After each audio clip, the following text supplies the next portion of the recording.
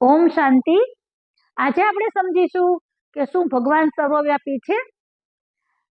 ભગવાન સર્વવ્યાપી નથી, કેમ કે ભગવાન જ્યારે આ ધરતી ઉપર આવે છે ને ત્યારે એ પરકાયા પ્રવેશ કરીને આવે છે, બ્રહ્માના રથમાં આવે છે। ભગવાન જો સર્વવ્યાપી હોય તો ગીતાની અંદર એવા વાયદા તો ન કરે કે યદા યદા હિ ધર્મસ્ય ગ્લાનિર્ભવતિ ભારત, કે જ્યારે જ્યારે ભારતના ધર્મની ગ્લાનિ થાય છે ત્યારે ત્યારે હું આવું છું। આવું છું મતલબ અહીંયા નથી, તો સર્વવ્યાપીનો મતલબ એવો થાય છે કણ કણમાં ભગવાન છે। કેમ કે દ્વાપર યુગની અંદર સાધુ સંતો તપસ્યા કરતા હતા, એને એવો સાક્ષાત્કાર થયો હતો કે કળિયુગનો અંત કેવો ભયાનક આવવાનો છે। મનુષ્યથી ડરતો નથી, એક ભગવાનથી ડરે છે। અને મનુષ્ય કોઈનું લૂંટવામાં કે કોઈને મારી નાખવામાં કે કંઈ વિચારતો નથી, અને આવું પાપ કરે એના કરતા ભગવાનનો થોડોક ડર રાખે। એટલા માટે એને કીધું કે ભગવાન કણ કણમાં છે। એટલે મને અને તમને બધાને ભગવાન જોવે છે। આપણે કઈ કર્મ કરીએ છીએ તો ભગવાન આપણને જોવે છે।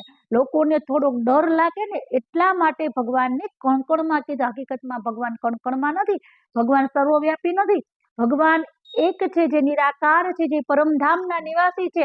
આવે છે જરૂર, પરંતુ એ પરકાયા પ્રવેશ કરીને આવે છે, જન્મ મરણના ચક્રમાં નથી આવતા। પણ જ્યારે અતિ ધર્મની ગ્લાનિ થાય છે ત્યારે પરમાત્મા અધર્મનો વિનાશ અને સતધર્મની સ્થાપના કરવા માટે બ્રહ્માના રથમાં, બ્રહ્માના તનમાં પ્રવેશ કરી અને બ્રહ્માના મુખ દ્વારા સત્ય જ્ઞાન આપી, અને સત્ય જ્ઞાન આપી એ મુરલી કહેવામાં આવે। સત્ય જ્ઞાન એટલે મુરલી, ગીતાનું જ્ઞાન। મુરલી કોઈ વાસની મુરલીની વાત નથી, પણ મુરલી એટલે સત્ય મધુર મહાવાક્ય, મધુર મહાવાક્યને મુરલી કહેવામાં આવે છે। એ જ મુરલી દ્વારા આ શરીરરૂપી વસ્ત્રનું ભાન ભૂલાય છે, અને આત્મા દોડી દોડી અને પરમાત્માની મુરલી સાંભળવા જાય છે। તો પરમાત્માની મુરલીથી આ શરીરરૂપી વસ્ત્રનું ભાન ભૂલાય છે, અને પરમાત્મા નિરાકાર છે, એ સર્વવ્યાપી નથી, પરંતુ પરમાત્મા નિરાકાર પરમધામના નિવાસી છે। આવે છે પરકાયા પ્રવેશ કરીને।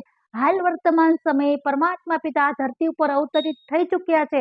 પરમાત્મા પિતા આવી અને ભારતને સતયુગી દુનિયા બનાવવા માટે આ કાર્ય કરી રહ્યા છે। બ્રહ્માકુમારી ઈશ્વરીય વિશ્વવિદ્યાલયમાં સ્વયં ભગવાન ભણાવે છે। મુરલી એ પરમાત્માના ડાયરેક્ટ મહાવાક્ય બ્રહ્માના મુખથી ઉચ્ચારેલા છે। ઓમ શાંતિ।